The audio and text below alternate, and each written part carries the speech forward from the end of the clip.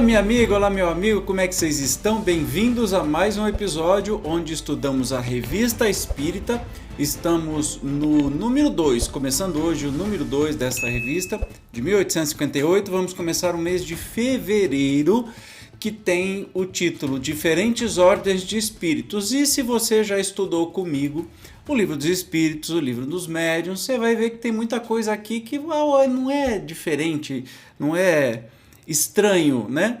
Claro, porque a revista foi um grande laboratório. Então, sem demora, vamos para o texto de hoje.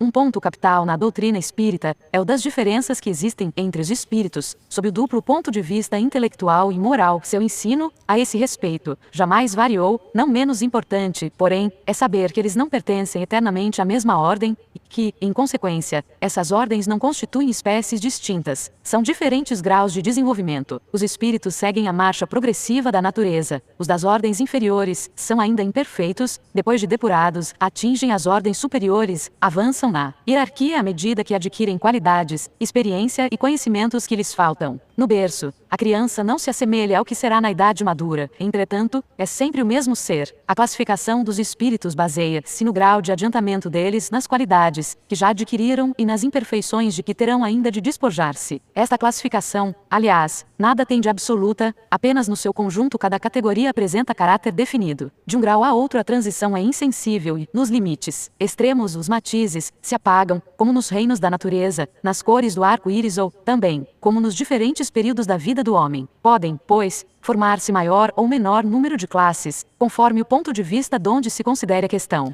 Dá-se aqui o que se dá com todos os sistemas de classificação científica, os quais podem ser mais ou menos completos, mais ou menos racionais e mais ou menos cômodos para a inteligência. Sejam, porém, quais forem, em nada alteram as bases da ciência. Assim, é natural que, inquirido sobre este ponto, hajam os espíritos divergido quanto ao número das categorias, sem que isto tenha valor algum. Entretanto, não faltou quem se agarrasse a esta contradição aparente, sem refletir que os espíritos nenhuma importância ligam ao que é puramente convencional. Para eles, o pensamento é tudo, deixam-nos a forma, a escolha dos termos, as classificações, numa palavra, os sistemas. Portanto, os espíritos não estão muito aí com a questão, né, dessa classificação, que, se eu não me engano, escala espírita, teremos no próximo episódio, né? E está no Livro dos Espíritos também.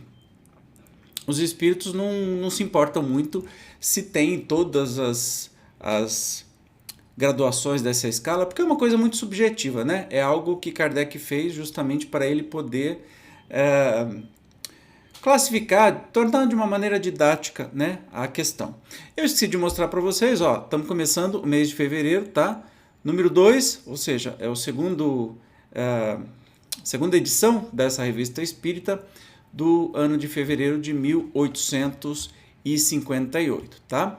Então, eu estou tentando lembrar aí qual é a questão que faz a escala espírita. Eu acho que é 200 ou 300, alguma coisa assim no Livro dos Espíritos, mas até lá eu vou trazer isso para vocês. Vamos continuar o estudo? Façamos ainda uma consideração que se não deve jamais perder de vista, a de que entre os espíritos, assim como entre os homens, há os muito ignorantes, de modo que nunca serão demais as cautelas que se tomem contra a tendência a crer que, por serem espíritos, todos devam saber tudo. Qualquer classificação exige método, análise e conhecimento aprofundado do assunto. Ora, no mundo dos espíritos, os que possuem limitados conhecimentos são, como neste orbe, os ignorantes, os inaptos a apreender uma síntese, a formular um sistema, mesmo os que são capazes de tal apreciação podem mostrar-se divergentes quanto às particularidades, conformemente aos pontos de vista em que se achem, sobretudo se trata de uma divisão que nenhum cunho absoluto apresente. Linneu, Jussieu e Tournefort tiveram cada um seu método, sem que a botânica, em consequência, houvesse experimentado qualquer modificação. É que nenhum deles inventou as plantas, nem seus caracteres. Apenas observaram as analogias, segundo as quais formaram os grupos ou classes. Foi assim que também procedemos. Não inventamos os espíritos, nem seus caracteres. Vimos e observamos, julgamo-los pelas suas palavras e atos, depois os classificamos pelas semelhanças. É o que cada um teria feito em nosso lugar. Entretanto, não podemos reivindicar a totalidade desse trabalho como sendo obra nossa, se o quadro que damos a seguir não foi textualmente traçado pelos espíritos, e se é nossa iniciativa, todos os elementos que o compõem foram hauridos em seus ensinamentos, não nos restaria senão formular a disposição material.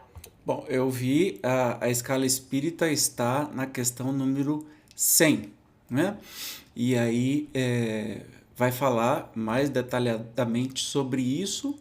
Aqui vai ter um resumo sobre ela e depois no próximo episódio a descrição. E isso foi parar no Livro dos Espíritos, tá? Vamos continuar. Os espíritos, em geral, admitem 3 categorias principais, ou 3 grandes divisões. Na última, a que fica na parte inferior da escala, estão os espíritos imperfeitos que devem ainda percorrer todas, ou quase todas as etapas, caracterizam-se pela predominância da matéria sobre o espírito, e pela propensão ao mal. Os da segunda se caracterizam pela predominância do espírito sobre a matéria, e pelo desejo do bem, são os espíritos bons. A primeira, finalmente, compreende os espíritos puros, os que atingiram o grau supremo da perfeição. Esta divisão nos pareceu perfeitamente racional, e com caracteres bem positivados, só nos restava pôr em relevo, mediante subdivisões em número suficiente, os principais matizes do conjunto. Foi o que fizemos, com o concurso dos espíritos, cujas benévolas instruções jamais nos faltaram. Com o auxílio desse quadro, fácil será determinar se a ordem,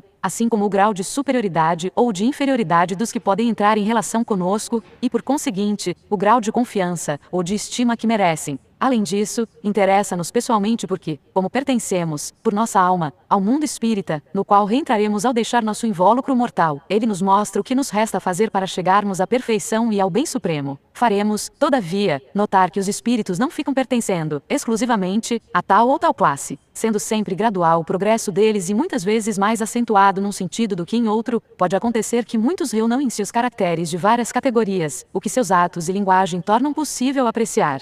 Muito bem, então um resumão sobre a escala espírita que a gente vai ver no próximo episódio e que diz que os espíritos eles não são estáticos, né? Eles podem fluir nessa escala espírita tanto para frente quanto para trás, mas enfim, depende das suas atitudes e a gente vai entender muito mais para frente, né? Que começa com a terceira ordem, com os espíritos imperfeitos. Mas esse é um papo para o próximo episódio. Eu te espero como sempre. Obrigado pela sua presença e até o próximo. Tchau!